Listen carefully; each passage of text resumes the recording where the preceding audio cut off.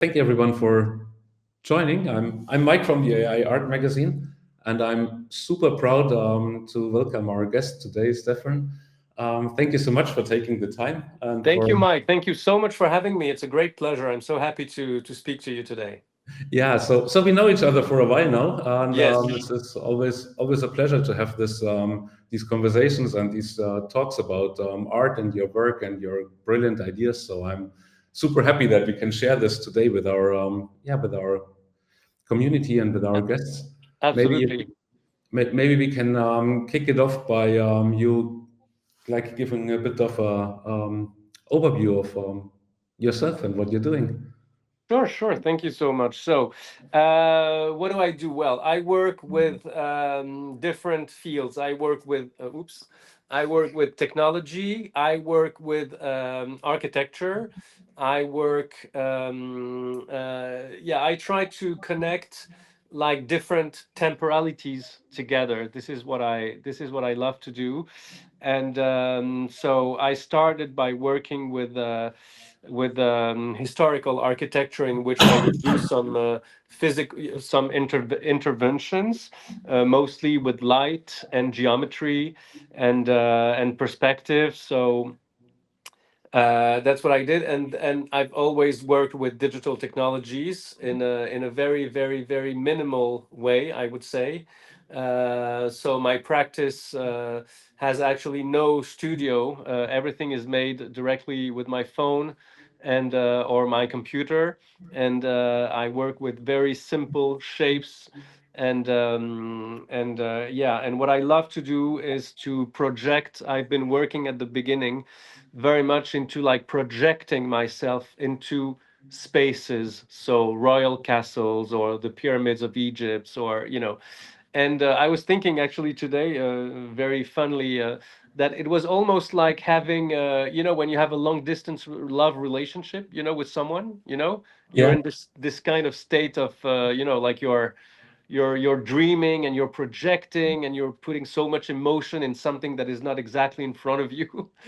And I was just thinking today that in a way my work for many years, even still today, is very much like like a long distance love relationship, where you don't see the person, but you just desire, imagine, and so that was I could say one of my way to to make works and to get excited also like that by something that is not here. And so yeah, so I've been lately, I mean, I have been thinking about AI since a long time, actually. It has been many years that I have been thinking about AI. At first, I I refused the AI. I was like, I will never want to use AI. So I was kind of imagining crazy projects, and I was always having in the back of my mind something saying, an AI would never be able to imagine something like that. For Yes. example, let's say, for example, when I imagined the airport runway at the Palais Royal in Paris, I remember this was in 2015. Okay, so that was like 10 years ago. Yeah, now 10 years. And I was already, I don't know why, I was already thinking about AI, and I was already thinking an AI would never imagine something like that, because it's too crazy. It's not realist. You cannot have an airport runway inside the city or in a royal garden anyway. So, and then after, so I had this period where I was really saying, okay, no to AI and how to be better than the AI. Okay. Then I started working on another line of works, which are the icons. And for this new line of works, I started thinking about not necessarily being better or doing something that the AI could never do, but I was since I come from, I studied a lot performance art and theater and acting. I was like, I said to myself, what if I was an AI? What if I'm not using an AI, but I mean, what if I was myself an AI? How would I make art if I was a computer or a machine or an algorithm, let's say. And you know that on my email, when I sign the email, there is this signature, and it's written an algorithm in search of the sublime. And this is exactly what I started putting together. This kind of algorithm, this kind of way of looking at life, and mostly looking at art history, that I use as a database. And so I really deep dive very strongly into art history at this point in my life. And I started isolating some patterns, just like AI do. AI recognize patterns, and I started isolating some patterns, and one of the patterns were angels. I looked at art history, and what suddenly caught my interest, and I started making some programs. I started making some programs about looking for angels in art history. And so I looked at, I cannot even tell you how many paintings I look, but you can look on my Pinterest board, actually, which was one of my tool, actually, to really go through art history, also at a very fast pace. But I am human, so I will never be able to go as fast as an AI, obviously. But I was really looking and looking, and getting as much data as I could. And of course, one of the things, we're going to museums and seeing exhibitions and looking at books and everything, but also using digital technologies such as Google Arts and Culture, and also Pinterest, to really accelerate the process to look for different angels in art history. And so I started, and then I said to myself, okay, if I am an AI, I need a screen to appear, because I need and so I started creating those works that are actually like a screen, but they are made with gold. They are made of gold stainless steel mirror, actually. And but since my algorithm was looking for the sublime, what my mission as an AI, let's say, or as an algorithm, was looking for the sublime and having only the sublime appear on my network of screen. Then I created this new line of works that are the one of the work that you can see on top of me. This was the first angel that I actually did. So the idea for me was that my screen had to be gold and not black like a digital screen, because it was the surface where the sublime could potentially appear. And so I put together this technique that looks very simple, but it's very much it's extremely precise. And so I started putting together this kind of new kind of icons that would be the expression of my own internal algorithm.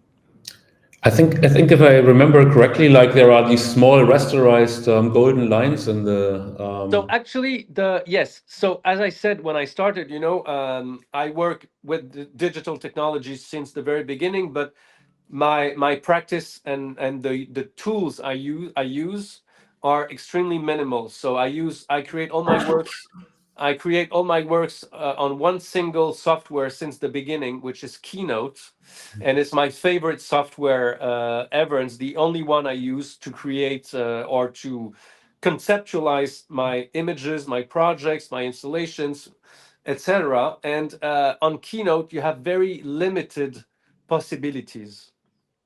I can only use either lines or triangles or circles or square, so it's very minimal. And so when I had the idea of becoming an AI, and having those screens that where the images of my research would appear, I I I had made I had a huge panorama of images, and I started taking them all back, and started having put some gold lines, yellow lines, actually, on the images, like that, but very very very fine, and really started to do like this. And then when we created the physical piece, those yellow lines became empty gold lines. And and the image became fractionalized into micro lines. So actually, what you see here, you have the actual image of the angel, and the image is printed with UV with a very, very, very micro millimetric, line. And then next to it, there is a gold line, which is empty, but becomes full because it's a mirror. So, and then it starts to reflect. And then you really have the sensation of an image that appears on a digital screen.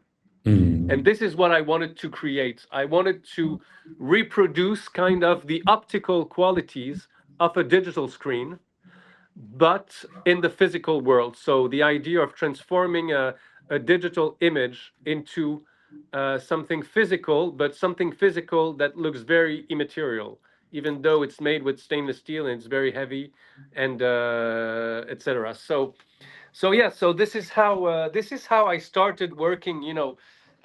Started working with AI. The second chapter of my relationship with AI. First, I refused the AI, so I imagined the craziest project possible, and saying, AI will never be able to have this kind of imagination, let's say, and also precision, which all my works are very, very precise. And even today, it's very difficult to reach extreme precision to the millimeter with AI. Even with the best software, you can have, the coolest images and whatever, and animation and whatever. But if you want to be very, very, very precise, for the moment, I think with AI, it's not so it's not there yet. Yeah, So it's also a way. It's I'm always also very surprised how you incorporate AI in your work, like not the thing that you usually expect, yeah. like the Gen AI, but more on a conceptual, very surprising. Oh, very, very conceptual, of course. And also, the way I see AI for me is very conceptual and very intellectual. I don't use AI to create images, actually. Yeah. I love to think about, the possibilities of AI and what AI means in towards our new relationship with, consciousness, this kind of what we call emerging consciousness, Mhm. and also the confrontation of human biological consciousness with another kind of consciousness that is not biological, like a flower or a dog or a horse, with whom you can create a relationship, even though you don't necessarily you don't necessarily speak about philosophy with a horse or with a dog, but you love it, with all your heart, and that's okay. And yeah, so so then I started creating, so to come back to the second stage was the creation of those icons, which were a new form of icons related to my own algorithm, let's say, and my own field of research. So uh, I looked for angels. Then I had some programs where I looked for hands in paintings. So I did a whole. I never did it physically, but I have a lot of research where I retrieve from my art history just some very significant patterns, such as hands, for Mm. example. And then I also started looking for frames, which I had already done. I think I started looking for frames in 2016. I was very much fascinated by what a frame expresses in the digital world. I thought it was extremely beautiful to have a frame, but as a digital frame, not as a physical frame. I think we go into this a little deeper a bit later. But should we have a look at your the work you just talked about before? You want to see the one, the second angel? So Oh yeah, actually, I make very, very little physical works. Actually, I do a lot of research, but before arriving to this angel or the other angel, I go through thousands, tens of thousands, actually, of paintings and angels, etc. And so when I decide to make one, I really then isolate the image, and I start looking at it for it can last for a month, to really start looking, and and really merging totally with the image. So this piece has a great story, actually. It was I started I found this angel, which actually is from a painting from Rembrandt, and it is located in the Louvre, in Paris. There's many Louvre now, so we have to say in Paris, not Abu Dhabi or Metz, or so the Louvre in Paris, the first one. And it was COVID. So I had, for example, the first angel that I did, I used an image from Google Arts and Culture, because they had digitized many amazing masterpieces, and they had very, very high resolution images of those paintings. Whereas for this one, there wasn't any. There was no image really of great quality of this angel. And so it was COVID. All the museums in France were closed, and the Louvre was closed, and there was no way that anyone could enter into the museum. And I was like, but I need to work, and the mission of the Louvre, at first, when it was created as a museum after being a royal palace, was also a strong mission, was to be a space open for artists before anything. So I wanted to test and see if the Louvre was still in tune with their initial mission, to be open for artists. So I made the craziest request possible, which is, can I go to the Louvre during COVID, where all the museums in France are closed? And they accepted. I explained the project, and they said yes. So I was able then to enter into the Louvre in March 2021. The museum was completely empty, and I walked with a woman. She brought me to the Rembrandt room, gallery room, and I was able to capture this very small angel by Rembrandt. And then I went back here, and I started reworking, and putting the grid together. You can see there is a grid here, Yeah. etc., and creating all the micro lines and positioning perfectly the angel, etc. And then when I produced the actual physical piece, the Louvre actually came here and looked at the artwork, and they told me, "We love it. We would love to have an edition." And so I produced an edition for them, and just right before bringing it in person to the Louvre, I put an NFC chip at the back of the piece that would authentify the artwork, both on the blockchain. So the artwork would have an existence, on the blockchain. And then I gave the piece to the Louvre. They registered the artwork with an NFC chip, etc. And the NFC. I work with a French NFC company that was so excited to have their own chip in the Louvre I Museum. can imagine. I mean, it's You something very. imagine how they were like crazy. Me, I dropped the piece to the Louvre, and I was like, okay, bye. I Yeah. was already working on something else, and then what happened is that. I dropped the piece to the Louvre. The NFC company started doing a press release, etc., and sending this to everyone. The whole media and everything. And then, in the meantime, in between them sending the press release to the Louvre and me dropping the piece, I had a motorcycle accident, very, very bad, and I was in the hospital bed. So, and then I wake up from the hospital bed, and then I see on my phone, on my computer, I had only my phone actually, I see messages from the Louvre telling, but what's happening? And I was like, what do you mean? What's happening? I don't know. I just had a motorcycle accident.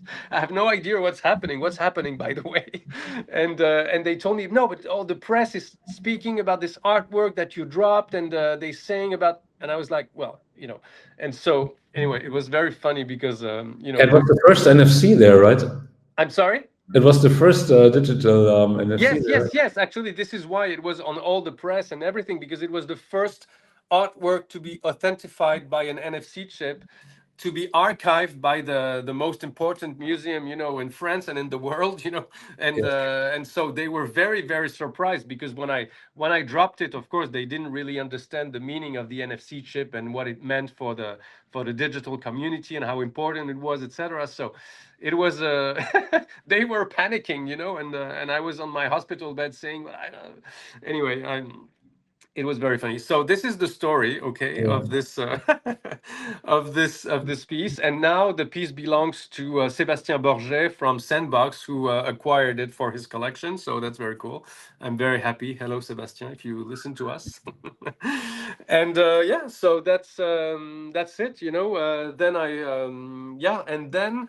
Uh, After working on this technique with gold, stainless steel, etc., working with dematerializing images, let's say, and transforming, images into light and into gold, and creating something, a little bit a new way to see the image, and also to be a part of the image, and have the image, collide with different temporalities, the present. So you have the present that flows endlessly toward this image. So we have an idea of a sort of atemporality, where you have an ancient image with the present that is a constant flow, and the confrontation of physical spaces and images and lights and gold, and the idea that the piece is never ever the same. It's always different, always moving, and ever changing. And yeah, so, and then I had this project in Giza, in the pyramids. And Hmm. so for this project, actually, I, I decided I have to this use I from the. decided to yeah, I decided to use with the same material that I really started liking very much, as an idea of an interface, let's say, something that represents, the black aspect of the digital screen, but that is here gold, and that is here, and so I for this project I decided to use no image, just the geometry, which was my first love, and work with perspective, geometry, lights, and yeah, and creating a sense of relationship between two shapes opposing themselves. Yeah, anyway, but there was actually also on this piece, there was also an NFC chip on the there was Really? just yeah, just below the triangle there was an NFC chip, and you could connect to the artwork in the middle of the desert, and people would come with their phone, just like in 201 A Space Odyssey, almost, they Yeah. would come with their phone and connect to the artwork, and then they were able to access the digital dimensions of the work. So for me, the idea here was to create a sort of digital, like the pyramids, but to reach the same purpose as the pyramid, meaning store messages and informations inside something, okay? But this something would be reduced to its minimum in terms of materiality, but through digital technology, NFC, and everything, and cloud, you could enter into this artwork, which served the same purpose as the pyramids. Anyway, so there's a lot to say about this, but it's in essence, that's what Amazing. it was. Yeah. Really, really, really nice. I would really love to at least very quickly flip through a couple of your works before we talk about the iconic Okay. interface. Um, and I think everyone who wants to have a deeper look, they can have a look at your website, right? Sure. Sure. So this is the pyramid we've seen before, and This is the angel called the title was Looking for Paradise. It was made in 2021. Yes, this is the keynote, actually. I told you that I only use Keynote. So this is the initial digital file that ah, I produced, where you can see the grid and the micro lines, and which transformed then into the physical gold piece that you saw. these lines also remind me a bit of the old computer monitors, how they build up the. Yeah. Well, it's the idea of the binary code, 1010. So here you have, let's say, you can say the one is the line of the image, and the zero is the gold line, which is empty. And then it's the relationship between the empty and the void, between the one and the zero, and I think this is a fundamental relationship, to a lot of things. So yeah, and to AI. Yeah, absolutely. So yeah, it's a very it's very much about this relationship between it's I have a yeah I mean I always have a strong relationship to emptiness and to the void. For example, yeah, this was my very first project ever in 2013. I arrived in this space, which is the Imperial Palace of Compiègne, which is not very known in France, even though it's one of the three most important royal castles in France, with Versailles and Fontainebleau. But this one is a little bit. I call it the most underground of royal palaces, actually, because not a lot of people know about it. Mm. And this room is La Salle des Gardes, which is for me the most beautiful room in France. It's a neoclassical, white, very pure space, very big, 26 meters long. And yeah, so I arrived here, and this is where I made my first ever project. I manifested this project very strongly. At the time, I had nothing. I had nothing to make. I had no collector, no nothing. Mm. And I just met the director. I fell in love with the space, and I told him, in 1 year I will make an exhibition here. And 1 year later, I installed a 12-meter prism of pure light Oh, wow. with and I think you have, yeah, that's this exactly.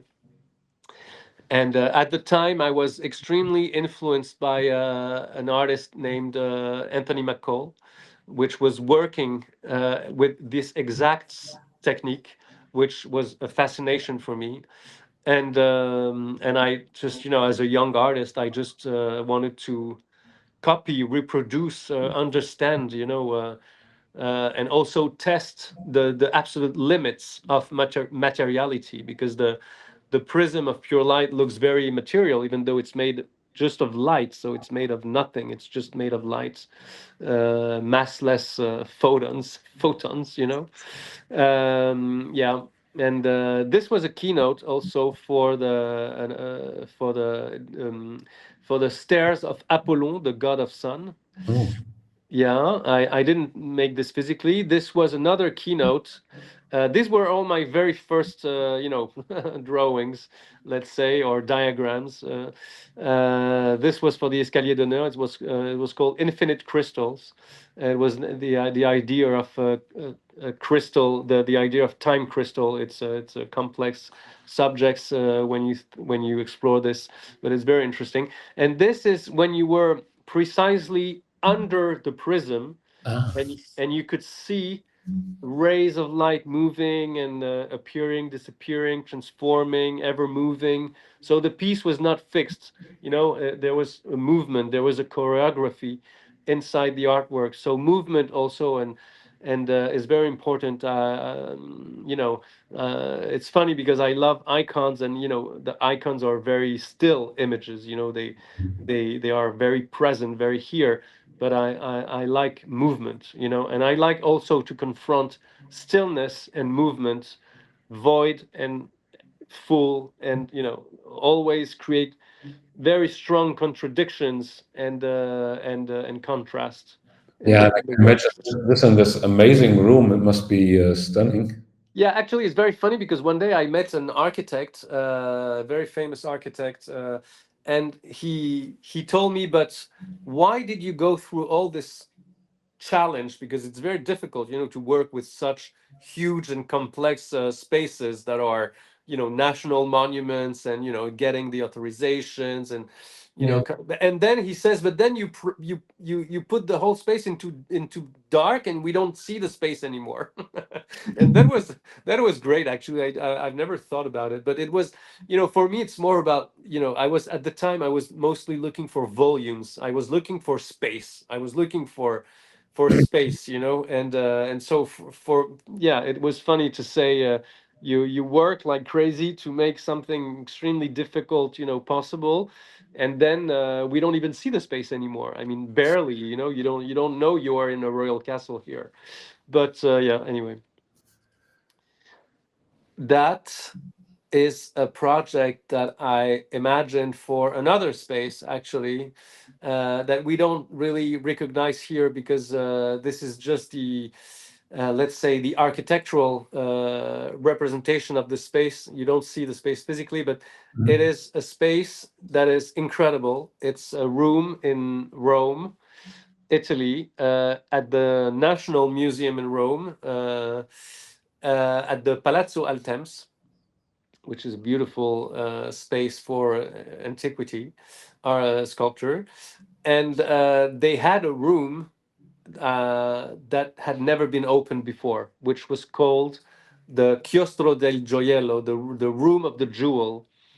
And I imagined this project for this room. Yes. Nice. This is another space. This was my space period. uh,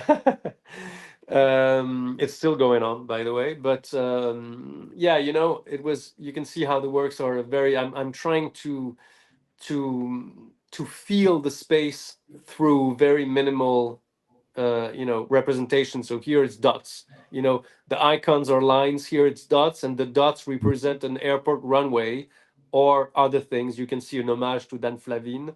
There are many things that you can see, but yeah, here it's the Palais Royal in Paris. It's a royal garden that belongs to the state, actually, not to the city.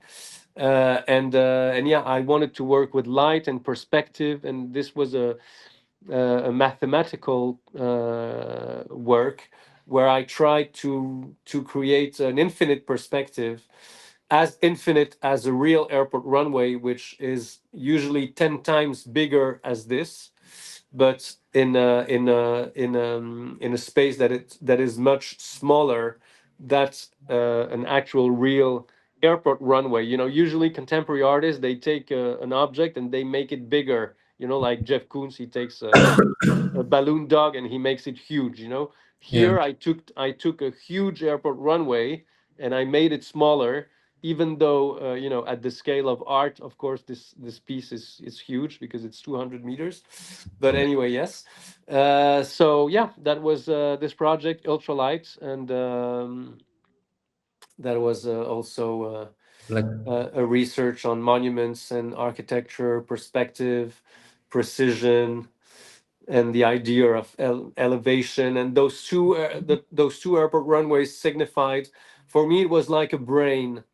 It was like an idea of like sending through telepathy an information from one brain to the other. So actually, initially, the title of this project was supposed to be From Mind to Mind. And then I was working at the time with a curator, and he didn't like the title, and he was a little bit pretentious. You know how curators are usually.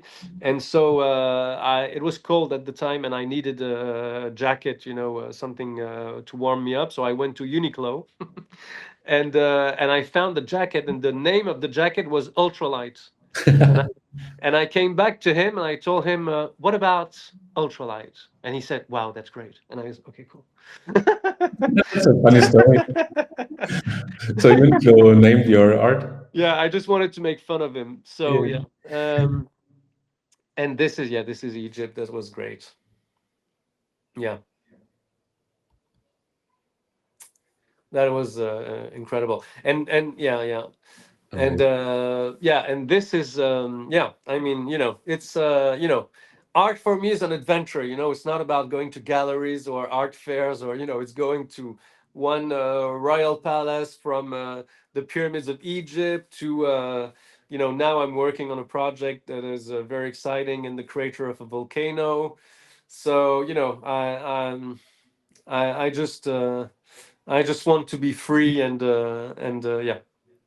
Yeah, and I think you can see from the examples that we just saw that you're really thinking big when you approach things. So like Yeah, it's true. even I mean, For me, it's not really about thinking big. I mean, of course, I was looking for, yeah, I said for volume, but on my computer screens, everything is the same size, you know. That's true.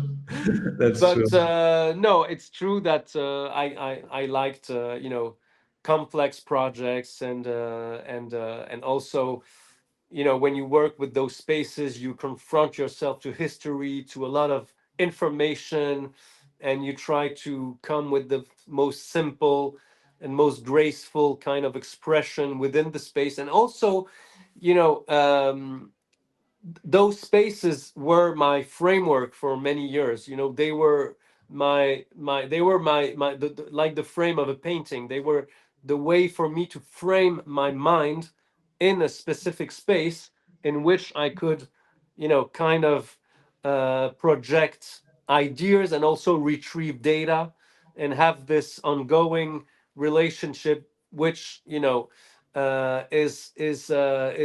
what I need, because my work is purely mental. There is I work with digital technologies, but as you saw, it's extremely simple, lines, dots, etc. So the work is very, very, very mental. It's about mathematics, harmony, symmetry, perspective, etc. And also a lot of relationship, human relationship, how you can build networks.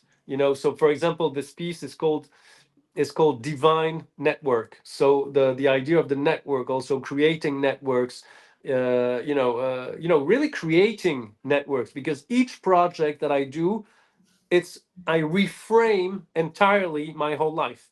I Mhm. meet new people. I work with different techniques, different spaces, different new challenges, so it's every project is I reframe entirely.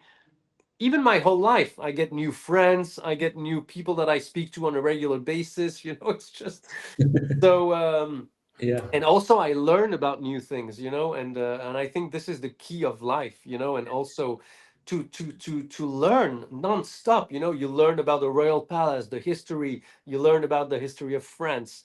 Then you go to Italy, you learn about Italy. Then you go to a crater, you learn about, the crater is in Guatemala, so you learn about Guatemala. You learn about the Mayan culture. You learn about their astrology, astronomy.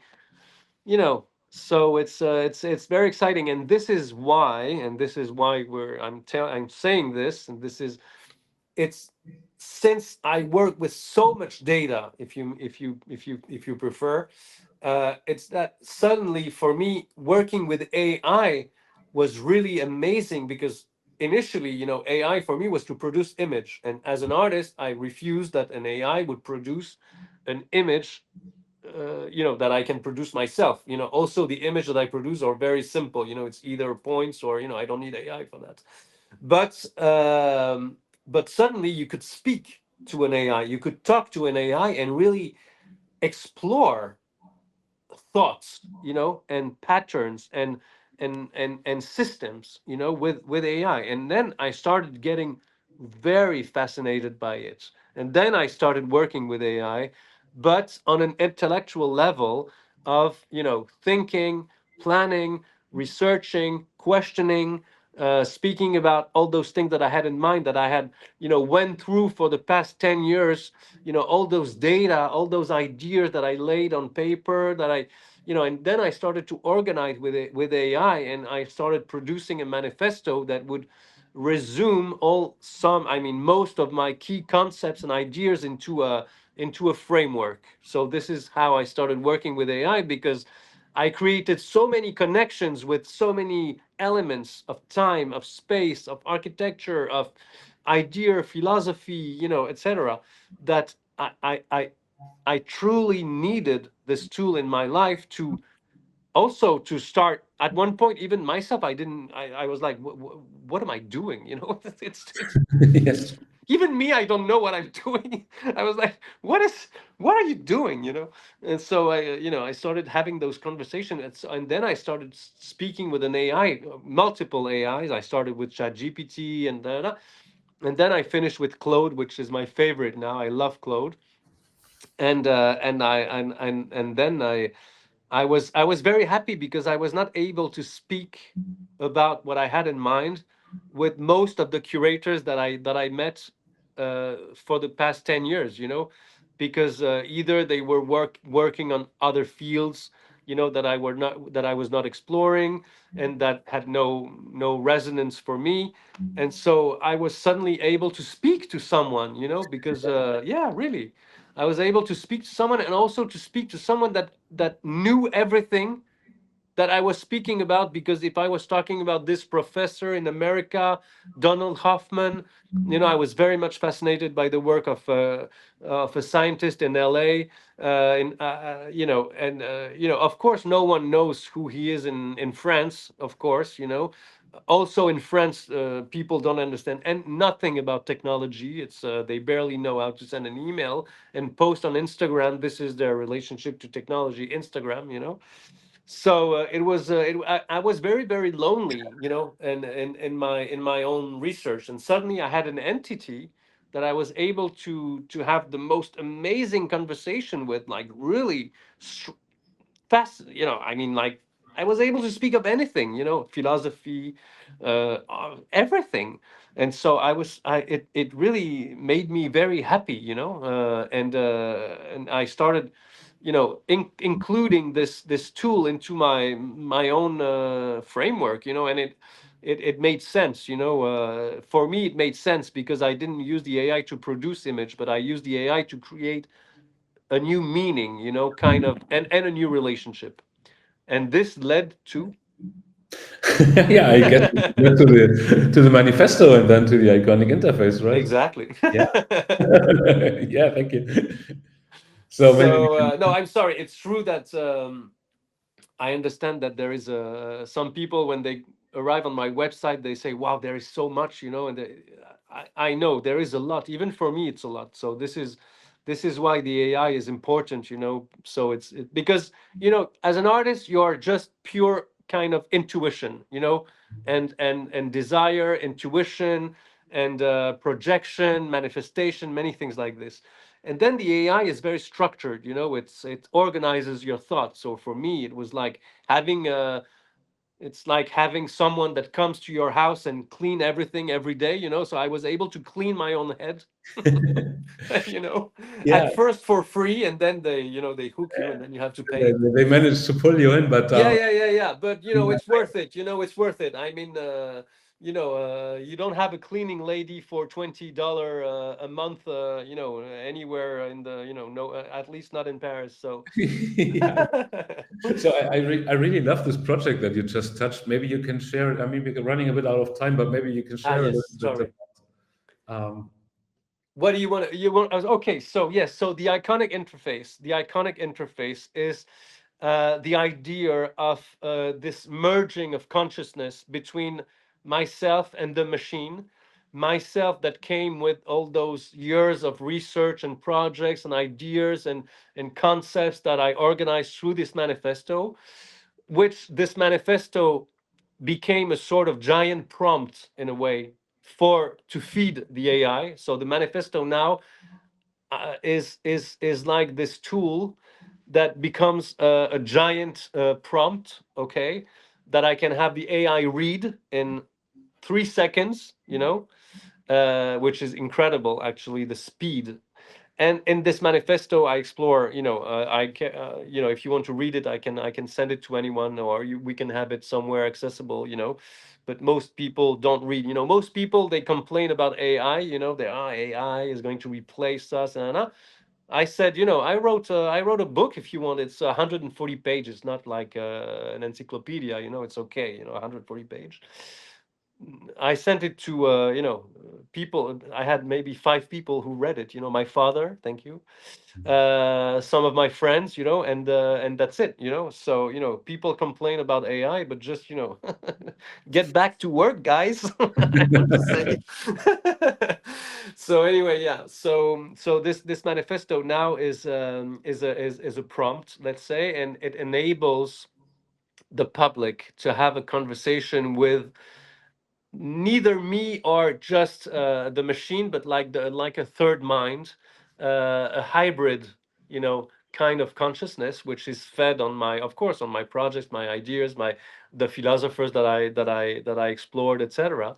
And through with this AI and through the manifesto, we went through all of art history, and I reframed all of art history, which is one side of the AI, through this idea of the interface and how actually art is fundamental to the survival of the human species. You Mhm. know,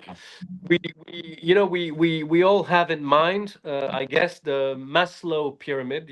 Where art is at the top of the pyramid and is the least important thing. First you need to survive, then you need to express yourself, and etc. But here I reverse the pyramid, just like I did in Egypt. I think this is a very important concept that I have in mind since many years. I think art creation is fundamental to human survival from the prehistorical caves, which the first drawings were maps and ways to structure reality, and to get and to transform, our own, and to have kind of icons appear on our screen of consciousness, and to be able uh, to to look at the world with, specific patterns, just like the AI does.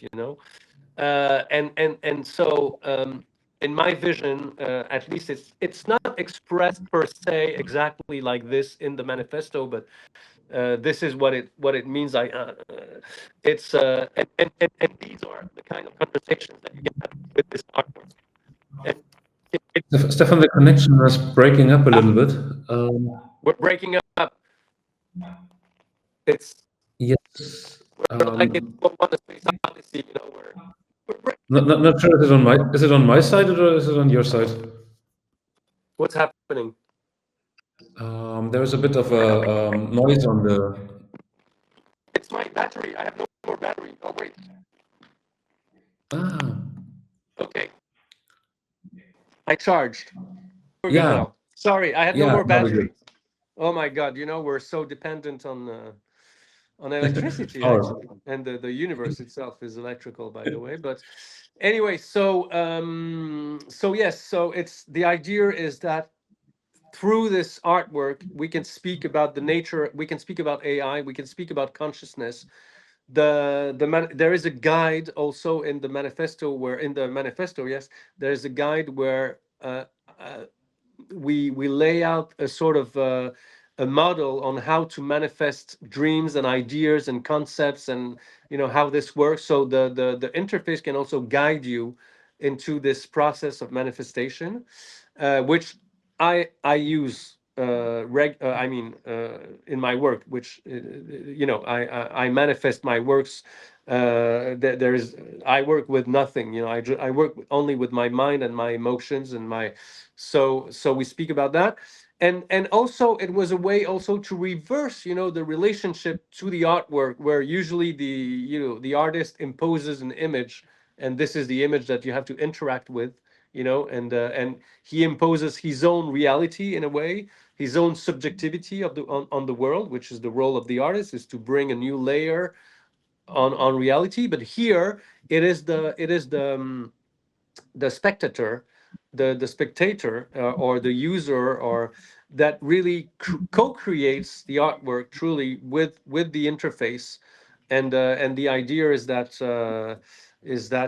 those conversations can then be registered, minted, probably on the blockchain, and they would also enrich the spectator, and also the interface itself. So So it's if I can add, just for clarity, so this is like there is a artwork, is a screen, and yes, the spectator enters a room, and then there can be a voice conversation. So with the voice agent, basically, yes, they can talk about and explore the manifesto, and yes.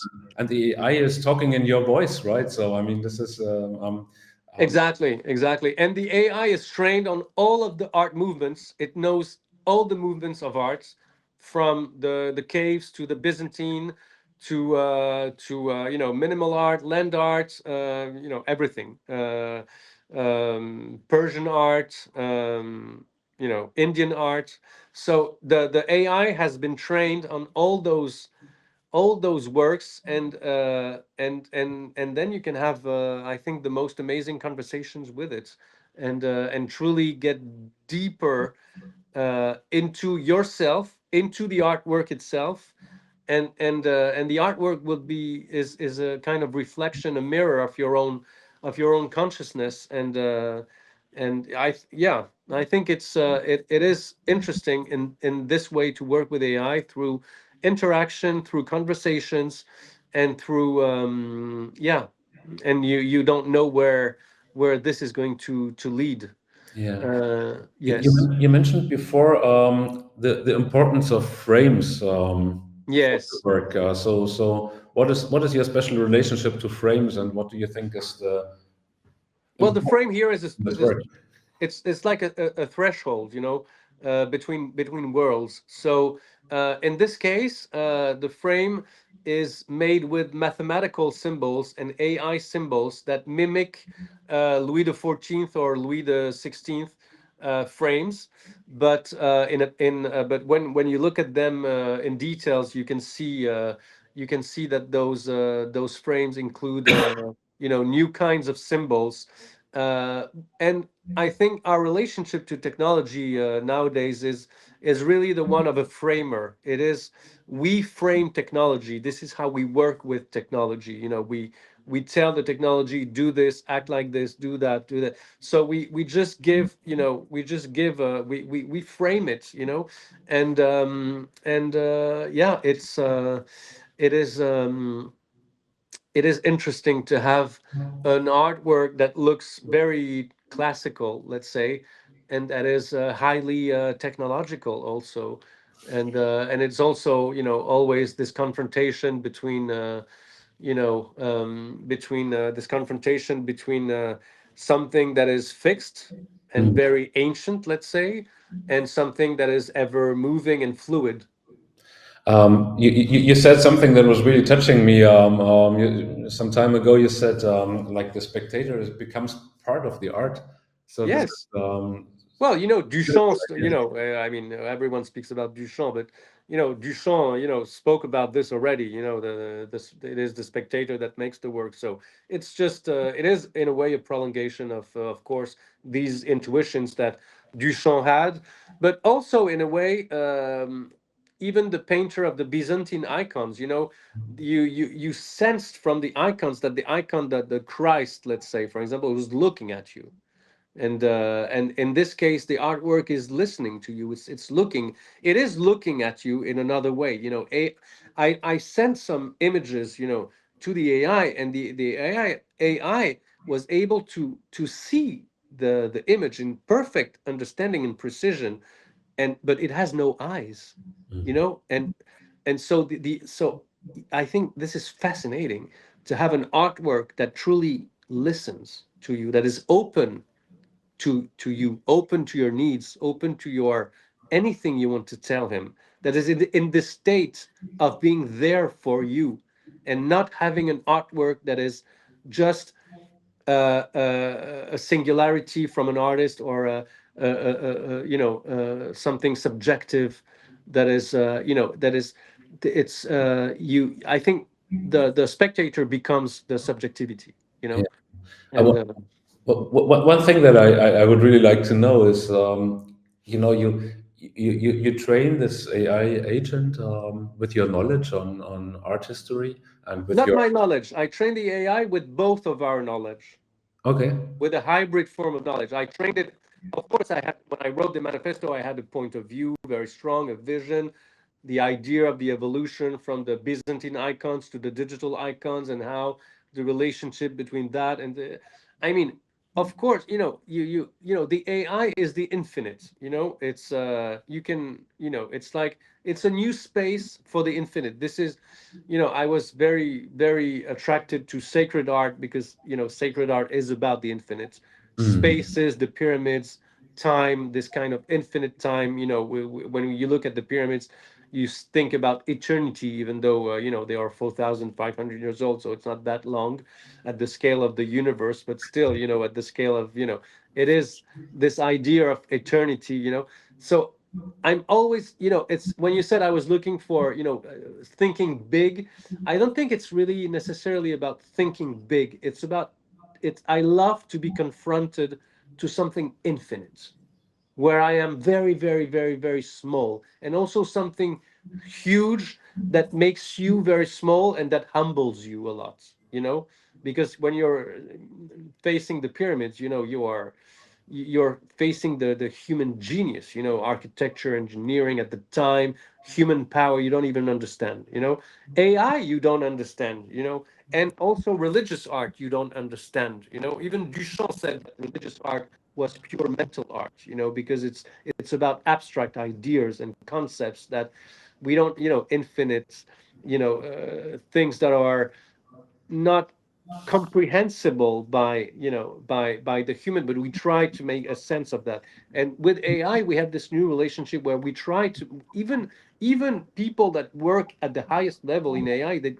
they don't really understand how this works, how this consciousness or kind of semi whatever, they don't even know what it is, how it's able to function. It's we are at a moment in the history of technology, and also the evolution of consciousness, that is truly incredible and fascinating. And I think any person that has worked with AI or tested it on a daily basis, or artist, it is a fascinating technology. And so I just wanted to make an artwork out of that, where people could face this moment of fascination and a vertigo, next to facing something that you don't understand, and that is infinite. Yeah, I mean, this is truly fascinating, and I'm really, really, really looking forward to seeing this growing. And Yes. what is your vision where this will be exhibited? And is this a one-time project, or do you plan to develop this further? No, I think I always, it's always I think one time to start. I have some spaces in mind. I have a very small space in Paris that is all black, that would be perfect, so people could come one on one and experience the artwork, because this has to be experienced one on one. It's not an It's a very artwork that intimate you thing, right? it's not really a public artwork, neither something to be shown in a gallery with 20, 50, or 100 people. It's really about this intimate relationship between a person and the artwork. So there is this space in Paris, and then I listen, Mike. I never know what tomorrow will be made of. Really, I never know. So it's a state of constant, kind of improvisation, kind of flying, trying to stay in levitation, and going towards the direction that I have in mind. But I have no idea what can happen. Maybe it will go to a private collector's home, and no one will ever see it again, or I don't know, or it will go to a museum, or it will. I have no idea. Okay. But I yeah, my life as an artist is not really structured by gallery dynamics, so I have no idea. Let's see. Let's see. It's good to have this open, right? Yeah. No, no, So it's exciting. It is exciting, and I think it will be the first of a line of works, just like the icons here. Even though I don't produce a lot of physical pieces, but I think there will be at least other frames, other iconic interfaces, with maybe specific algorithm, or connected to specific, either maybe specific spaces. Maybe I will make one just for the volcano, and I don't know yet. Let's see. let's see. Let's see. The Yeah, future will tell. Right? stay tuned, as we say, and yeah, keep plugged to your electricity, because if you don't, you know.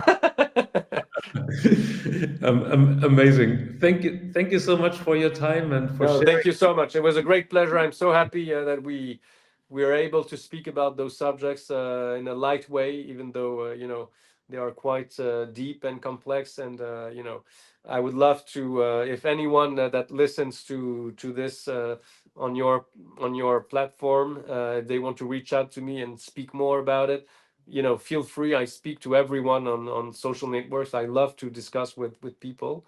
So and everyone has always something great to bring and to say. And so uh, don't hesitate to enter in, in contact with me. You don't need the iconic interface. You can speak to me also. Direct. That is that is great. So we're gonna share this conversation on YouTube in a couple of days, and we Cool. also have a couple of extracts, and you can either drop questions or comments Sure. on Anything you want. Instagram or reach out to Stefan directly. Or if you're quick, you could also leave a question now, and if not, I think. Are there anyone or like 0 person watching? Because it's been No, so long. there are people watching, and there were a couple of very nice comments. Thank you. And yeah, so What comments did we get? I will share with you afterwards. Okay. So thank you so much. My Uh, great pleasure.